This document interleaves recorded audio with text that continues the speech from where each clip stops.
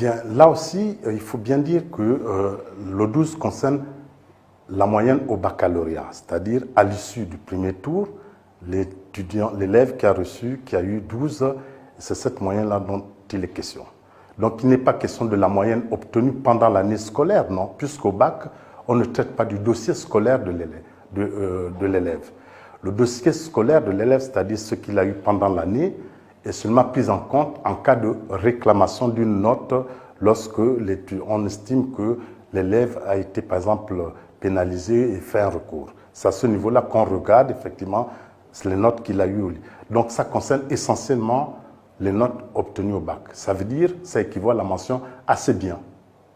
Et il faut dire que dans beaucoup de pays, hein, justement, notamment des pays de notre sous-région, on accorde la bourse qu'aux meilleurs, c'est-à-dire ceux qui ont la mention bien. Nous, on estime qu'effectivement, il faut l'élargir à la mention assez bien.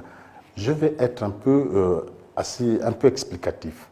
Si on a 12 au bac et on a 19 ans, ça veut dire qu'on est prioritaire par la commission d'orientation, c'est-à-dire pour aller dans la filière en fonction de ses compétences, de ses moyens obtenus au bac. Mais ça ne veut pas dire que les autres ne peuvent pas justement s'inscrire à l'université, ceux qui ont 19 ans, ou bien ceux qui ont entre 19 ans et 20 ans, ils peuvent s'inscrire à l'université en fonction de leur profil. Seulement, ils peuvent rattraper la bourse pendant leur deuxième année s'ils ont obtenu, par exemple, s'ils ont obtenu les crédits pour passer en deuxième année, c'est-à-dire s'ils ont obtenu la moyenne qui leur permet de passer en deuxième année, ils peuvent avoir à nouveau la bourse. C'est-à-dire que ce système de bourse de 19 ans, 12, concerne l'entrée à l'université.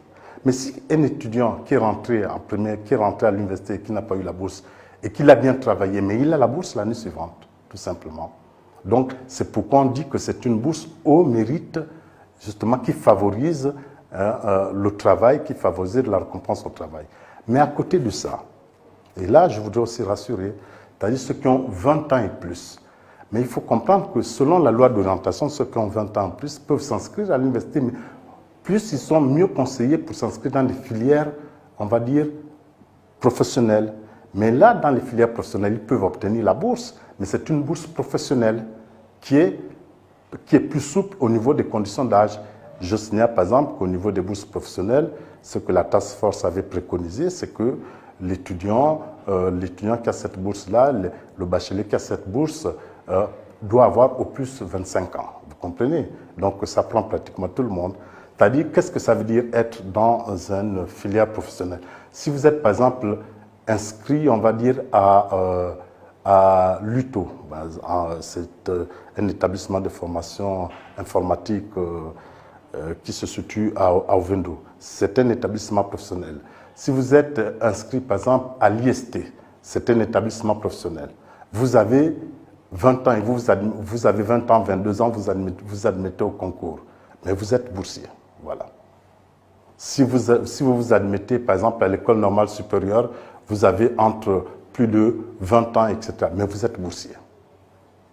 Vous voyez, donc, il y a un dispositif de bourse dans les formations spécialisées qui ne tient pas, dont les conditions sont plus souples. Mais quand vous allez à la fac, la première année, justement, la condition de 12 tient compte de beaucoup de facteurs.